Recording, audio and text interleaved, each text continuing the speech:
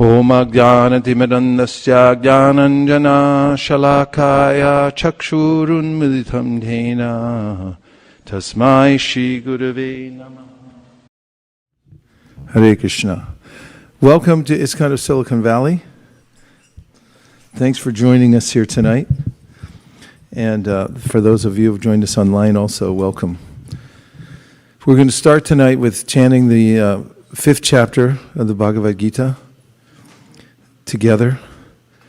Who could say what the title of the fifth chapter is of the Bhagavad Gita? Karma Yoga, Action in Krishna Consciousness. And what does that mean? Like, what's the gist of the chapter? Do we have microphones still here at ISV? To dedicate the results of your work to Krishna. Okay, that sounds like a good idea. Shall we?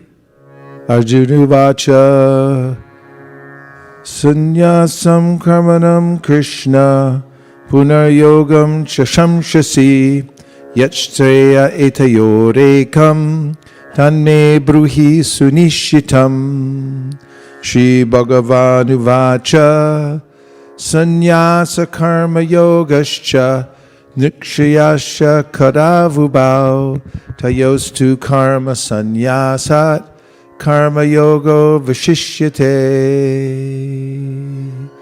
Gaya Sanitya Sannyasi Yona Dveshti Nakangshati Nirdvanvo Hi Mahabaho Sukham Bandhat Pramuchyate Sankhya Yoga Pratagbala Pravadanti Napandita Ekam Apyastita Samyag Ubayor Vindate Palam Yat Sankhya Prapyate Stadam Tad Yoga Rapikamyate Ekam Sankyam Cha Yogam Cha Yapashyati Sapashyati Sannyasastu Mahabaho Dukham Aptum Ayogataha Yoga Yukto Manir Brahma Nacharena Adhikachyati Yoga Yukto Vashudatma Vijitatma Jitendriyaha Sarva Bhutatma Bhutatma Kuravan Api Nalipyate Naiva Kinchit Karomiti Yukto Manyeta Tatvavit Pashyan Shinvan Shvasan Jigran Ashnan Gachchan Swapan Swasan Pralapan Vistrajan Grindan Unmishan Nimishan Napi Indriyan Indriyarteshu Vartanta Iti Dharayan Brahmanyadaya Karmani Sangam Tyakva Karotiya Lipyatena Sapapena Padma Patram Vivambasa Kayena Manasa Budya Kevalarindriyarapi Yogina Karma Kurvanti Sangam Tyakvatma Shuddhaye Yukta Karma Palam Taktva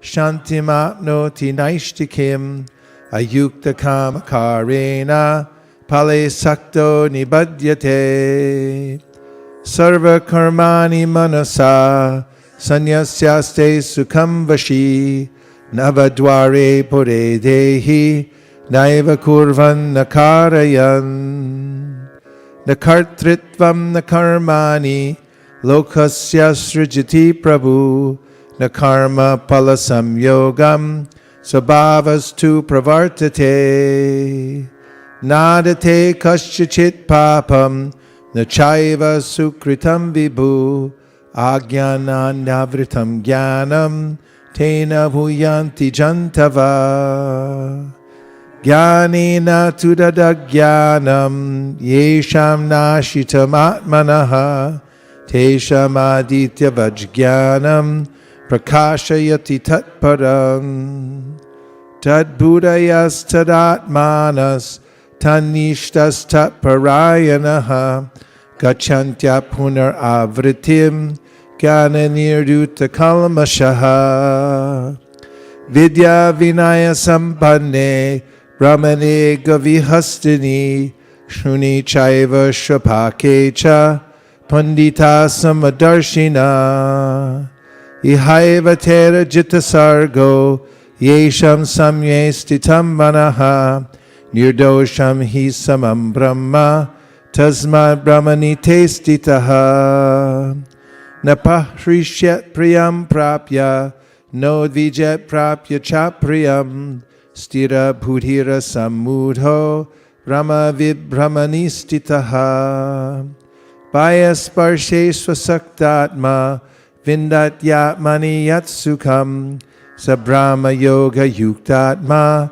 Sukham Akshayam Ashnute Yehi Samsparshacha Bhoga Dukayonaya Evate Adyantavanta Kaunteya Nateshu Ramate Buddha Shaknoti Haiva Yashodhum Praksharira Vimokshanat Kama Krodod Bhavam Begam Sayukta Sukhinara Yonta Sukhontara Ramas Tatantar Jyotirevaya Sayogi Brahmanirvanam Brahma Bhuto Digacchati Labhante Brahmanirvanam Rishayakshina Kalmasha Chinna Dvaida Yatatmana Sarva Bhuta Hiterataha Karma Krodha Vimuktanam Yatinam Yatachetasam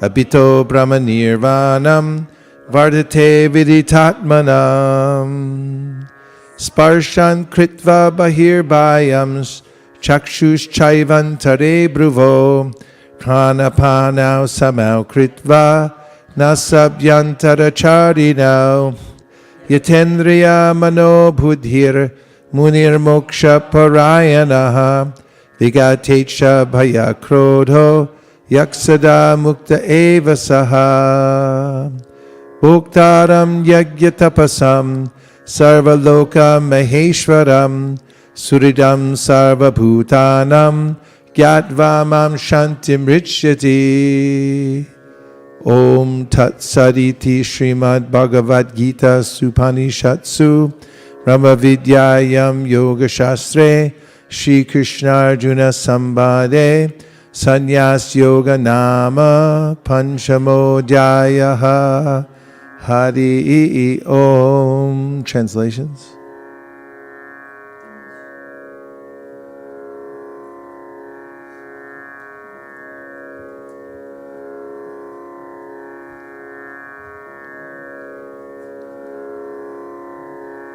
Hare Krishna, Hare Krishna, Krishna Krishna, Hare Hare, Hare Rama, Hare Rama,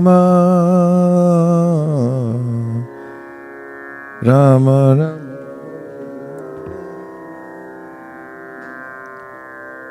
Arjuna said, O Krishna, first of all you ask me to renounce work, and then again you recommend work with devotion.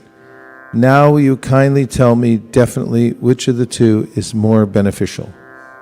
The personality of Godhead replied, the renunciation of work and work in devotion are both good for liberation, but of the two, work and devotional service is better than renunciation of work.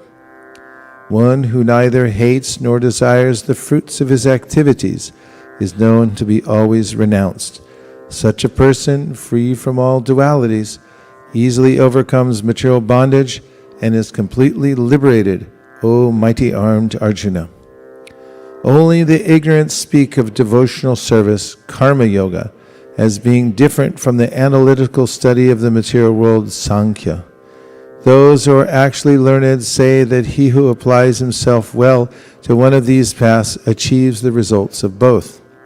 One who knows that the position reached by means of analytical study can also be attained by devotional service, and who therefore sees analytical study and devotional service to be on the same level, sees things as they are. Merely renouncing all activities yet not engaging in the devotional service of the Lord cannot make one happy. but a thoughtful person engaged in devotional service can achieve the supreme without delay. One who works in devotion, who is a pure soul, and who controls his mind and senses is dear to everyone, and everyone is dear to him. Though always working, such a man is never entangled. A person in the divine consciousness, although engaged in seeing, hearing, touching, smelling, eating, moving about, sleeping and breathing, always knows within himself that he actually does nothing at all. Because while speaking, evacuating, receiving, or opening or closing his eyes, he always knows that only the material senses are engaged with their objects, and that he is aloof from them. One who performs his duty without attachment, surrendering the results unto the Supreme Lord, is unaffected by sinful action, as a lotus leaf is untouched by water. The yogis, abandoning attachment, act with body, mind, intelligence, and even with the senses, only for the purpose of purification. The steadily devoted soul attains unadulterated peace because he offers the result of all activities to me, whereas a person who is not in union with the divine, who is greedy for the fruits of his labor, becomes entangled. When the embodied living being controls his nature, it mentally renounces all actions. He resides happily in the city of 9 gates, the material body, neither working nor causing work to be done. The embodied spirit, master of the city of his body, does not create activities, nor does he induce people to act, nor does he create the fruits of action. All this is enacted by the modes of material nature. Nor does the Supreme Lord assume anyone's sinful or pious activities. Embodied beings, however, are bewildered because of the ignorance which covers their real knowledge. When, however, one is enlightened with the knowledge by which nations is destroyed, then his knowledge reveals everything as the sun lights up everything in the daytime. When one's intelligence, mind, faith, and refuge are all fixed in the Supreme, then one becomes fully cleansed of misgivings through complete knowledge and thus proceeds straight on the path of liberation. The humble sages, by virtue of true knowledge, see with equal vision a learned and gentle Brahmana, a cow, an elephant, a dog, and a dog-eater outcast. Those whose minds are established in sameness and equanimity have already conquered the conditions of birth and death. They are flawless like Brahman, and thus they are already situated in Brahman. A person who neither rejoices upon achieving something pleasant, nor laments upon obtaining something unpleasant, who is self-intelligent, who is unbewildered, and who knows the science of God, is already situated in transcendence. Such a liberated person is not attracted to material sense pleasure, but is always in trance, enjoying the pleasure within. In this way, the self-realized person enjoys unlimited happiness, for he concentrates on the Supreme. An intelligent person does not take part in the sources of misery, which are due to contact with the material senses. O son of Kunti, such pleasures have a beginning and an end, and so the wise man does not delight in them. Before giving up this present body, if one is able to tolerate the urges of the material senses and check the force of desire and anger, he is well situated and is happy in this world. One whose happiness is within, who is active and rejoices within, and whose aim is inward, is actually the perfect mystic. He is liberated in the Supreme, and ultimately he attains the Supreme. Those who are beyond the dualities that arise from doubts, whose minds are engaged within, who are always busy working for the welfare of all living beings, and who are free from all sins, achieve liberation in the Supreme. Those who are free from anger and all material desires, who are self-realized, self-disciplined, and constantly endeavoring for perfection, are assured of liberation in the Supreme in the very near future. Shutting out all external sense objects, keeping the eyes and vision concentrated between the 2 eyebrows, suspending the inward and outward breaths within the nostrils, and thus controlling the mind, senses, and intelligence, the transcendentalist aiming at liberation becomes free from desire, fear, and anger. One who is always in this state is certainly liberated. A person in full consciousness of me, knowing me to be the ultimate beneficiary of all sacrifices and austerities, and the Supreme Lord of all planets and demigods, and the benefactor and well-wisher of all living entities, attains peace from the pangs of material miseries. Natcheri Armarman, Natcheri Armarman, Natcheri Armarman, Natcheri Armarman, hey, Natcheri Armarman, Natcheri Armarman, Natcheri Armarman, Natcheri Armarman.